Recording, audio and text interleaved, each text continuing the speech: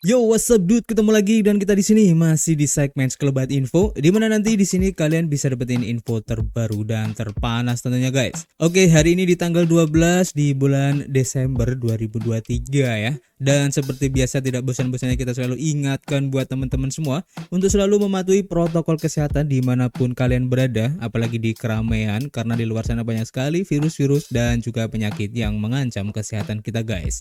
Oke, kita langsung aja melihat bagaimana update dari global crypto market cap hari ini ya. Terlihat dari data coin market cap di sini menunjukkan adanya penurunan di 2,87% guys, cukup lumayan ya. Dan begitu juga untuk Fear and Greed Index tampaknya masih stagnan, tidak jauh berbeda dari kemarin ya, masih masuk di area extreme greed. Dan meskipun kalau kalian lihat ya untuk Bitcoin memang turun, tapi kalau kita lihat dari Fear and Greed Index, antusiasme dari market crypto ini sebenarnya masih besar ya. Dan bisa jadi untuk penurunan hari ini karena efek adanya investor yang mengambil taking profit guys. Tapi untuk lebih lengkapnya nanti kita akan bahas hari ini. Dan tentu saja ini adalah efek kontribusi dari Bitcoin dan juga teman-teman nongkrongnya di sini ya. Kalau kita lihat dalam waktu 24 jam ke belakang, Bitcoin mengalami penurunan di 3,8%, disusul oleh Ethereum di 4,14% ya. BNB justru malah menaik ya di 3,8%, SRP turun di 4,7%, Solana turun di 2,6%, Cardano juga turun ya di 5,4% setelah beberapa hari mengalami kenaikan. Dan untuk Avalanche ini keren banget guys, hari ini pun masih menunjukkan kenaikannya ya di 12,94%, sehingga dalam waktu 7 hari ke belakang untuk Avalanche ini sudah naik 76% guys, keren banget. Kemudian untuk Polkadot masih turun juga ya di 5%, dan beberapa altcoin yang lain seperti Chainlink, Polygon, Toncoin juga mengalami penurunan ya, dimana perubahannya di 7% dan 6% ya kalau kita lihat di sini. Dan kalau kita lihat ya bagaimana perubahan yang terjadi dari pergerakan harga Bitcoin ya, seperti yang sudah kita rekomendasikan kemarin, tampaknya terjadi penurunan yang cukup lumayan ya, bahkan sudah menyentuh di MA20 untuk time frame daily-nya guys. Dan kita ucapkan selamat buat teman-teman semua yang mengikuti saran DCA kemarin yang sudah kita rekomendasikan guys ya, di sekitar harga 42.000 dan sekarang sudah tereksekusi. Dan kita doakan aja semoga kenaikan dari Bitcoin ini masih berlanjut, karena kalau kita lihat ya sebenarnya tidak ada informasi yang cukup signifikan yang terjadi atau yang dirilis yang tentu saja berhubungan dengan potensi pergerakan harga Bitcoin yang turun hari ini guys. Dan bisa disimpulkan ya, kemungkinan besar ini adalah efek dari taking profit ya dari para investor yang sudah mendapatkan keuntungan yang lumayan dari kenaikan Bitcoin beberapa minggu yang lalu ya, tepatnya di sini guys ya. Karena kalau kita lihat untuk time frame yang lebih kecil ya, tepatnya pada hourly atau per 1 jam, terlihat penurunannya di sini itu awalnya sedikit, dan inilah yang men-trigger ya dari beberapa holders Bitcoin untuk ikut menjual juga guys. Jadi di sini ada mungkin sebagian investor besar yang mengambil profit di sini, kemudian ada penurunan, dan di sini sudah mulai ada sedikit kepanikan ya. Kemudian beberapa investor yang lain pun ikutan untuk menjual Bitcoin, dan tepatnya pada hari kemarin ini secara berbondong-bondong banyak para investor Bitcoin yang mungkin agak sedikit takut ya untuk perubahan yang terjadi atau pergerakan harga Bitcoin yang lanjut turun, sehingga mereka pun FOMO untuk ikut jual Bitcoin juga, sehingga harga Bitcoin pun turun cukup lumayan guys. Tapi di harga sekitar 40.000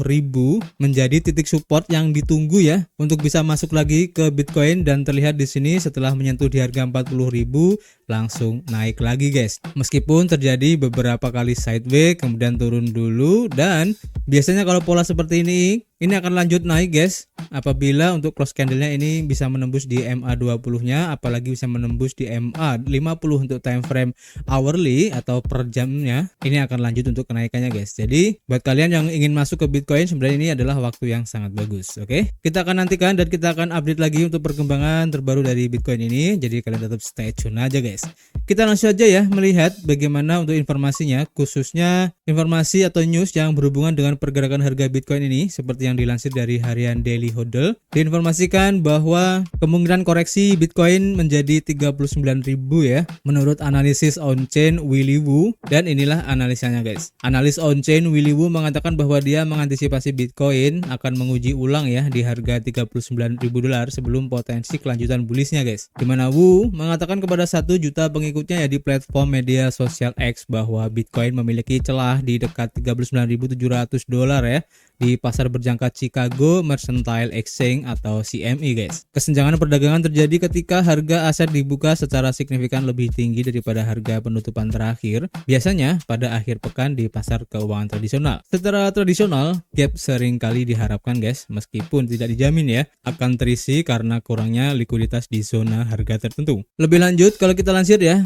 dari Crypto Slate diinformasikan di sini masih berhubungan dengan Bitcoin juga ya, bahwa penurunan Bitcoin sebesar 10% ini sejalan dengan adanya pola tren bullish historis guys. Jadi para analis melihat kemunduran terbaru untuk Bitcoin ini sebagai surutnya pasar bullish dengan tren historis yang menunjukkan bahwa penurunan 10% Bitcoin baru-baru ini adalah hal yang biasa aja ya. Jadi seperti yang tadi saya bilang di awal, ini adalah perilaku biasa para investor yang kemungkinan besar mengambil taking profitnya guys. Di sini kesimpulannya ya, ketika kepercayaan investor meningkat, begitu pula penggunaan leverage yang kemudian mengarah pada jumlah likuidasi yang lebih besar, dan hal ini dicontohkan oleh likuidasi yang panjang terbesar yang diamati dalam 3 bulan terakhir guys, dan bertepatan dengan penurunan nilai Bitcoin sebesar 10%.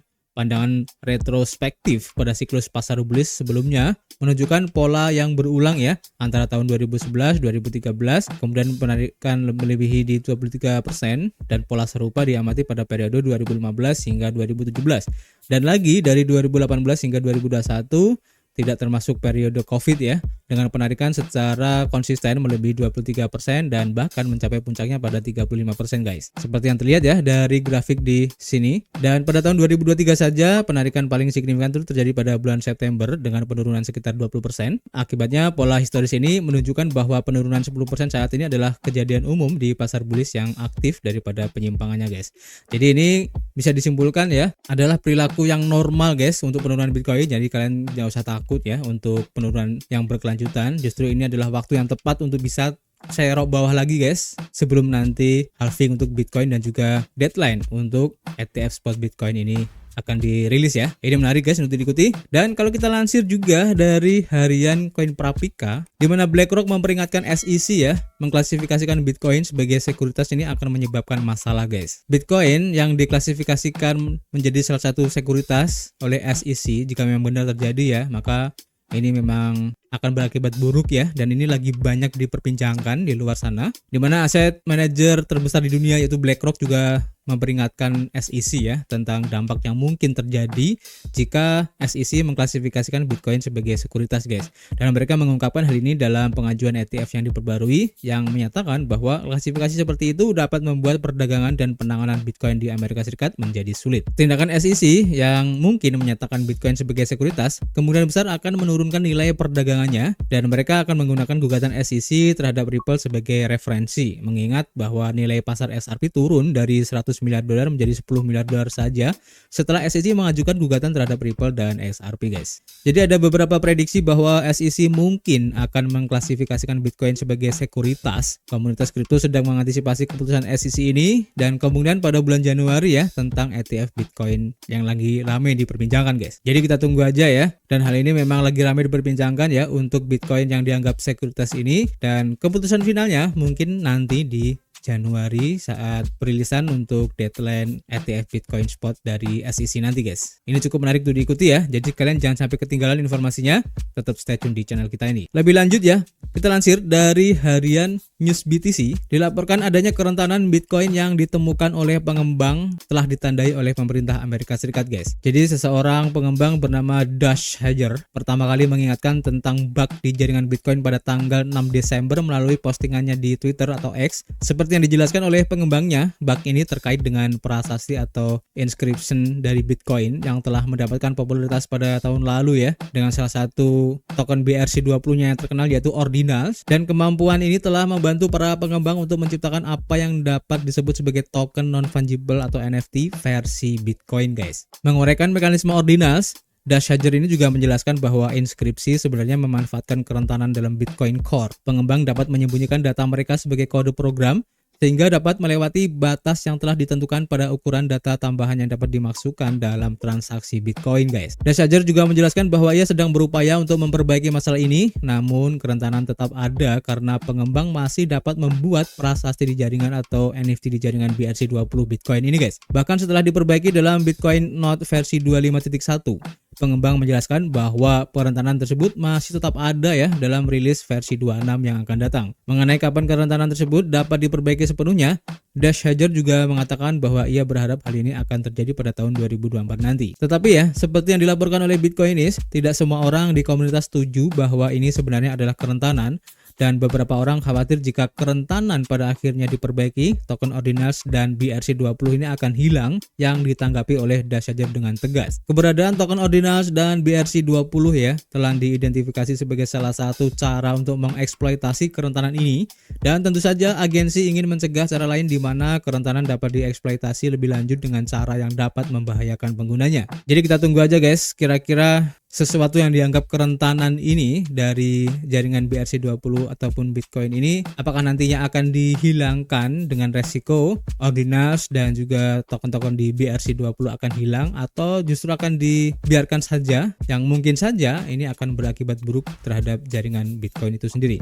Kita lanjut ke informasi berikutnya ya. Kita langsung dari Crypto Briefing. Diinformasikan di sini ya. Ini adalah update dari rules atau peraturan periklanan di Google ya yang berhubungan dengan periklanan untuk kripto. Di mana di sini diinformasikan bahwa Google akan mengizinkan iklan untuk ETF kripto seiring dengan semakin dekatnya persetujuan untuk ETF Bitcoin guys. Nah, ini menarik ya. Jadi Google baru-baru ini mengumumkan perubahan penting pada kebijakan periklanan kripto dan produk keuangan terkait, dan kerangka kerja baru ini akan mulai berlaku pada 29 Januari 2024 nanti. Menurut Google, perubahan tersebut didasarkan pada kriteria baru melalui proses sertifikasi mereka. Setelah kebijakan ini berlaku, cryptocurrency CoinTrust dapat membuat dan menayangkan iklan di Google.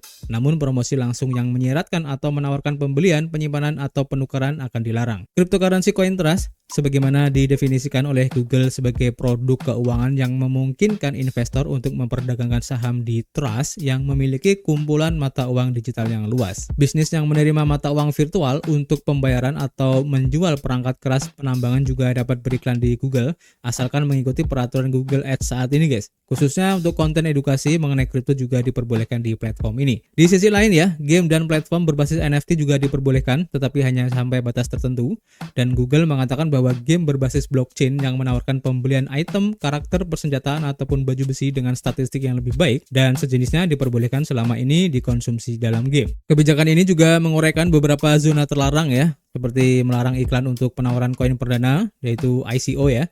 Kemudian protokol perdagangan DeFi dan sejumlah usaha terkait kripto lainnya yang tidak termasuk dalam cakupan kerangka kerja peraturan saat ini guys. Hal ini juga berlaku untuk presale ya atau pra penjualan ICO, pinjaman mata uang kripto, penawaran DEX awal, kumpulan likuiditas token, dompet perangkat lunak yang tidak di-host, dan decentral apps yang tidak diatur.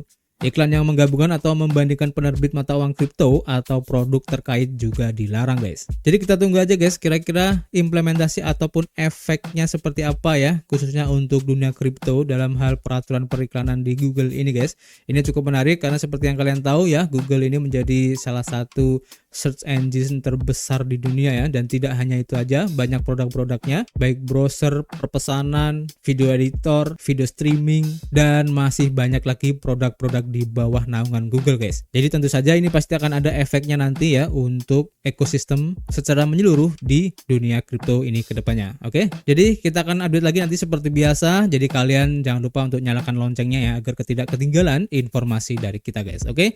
Jadi cukup ya untuk informasi kita hari ini. Nanti kita akan update lagi, dan seperti biasa guys, kita masih menunggu kritik dan saran kalian di kolom komentar. Nanti kita bisa ngobrol banyak di dalamnya, dan tentu saja kita akan ketemu lagi di informasi berikutnya. Peace.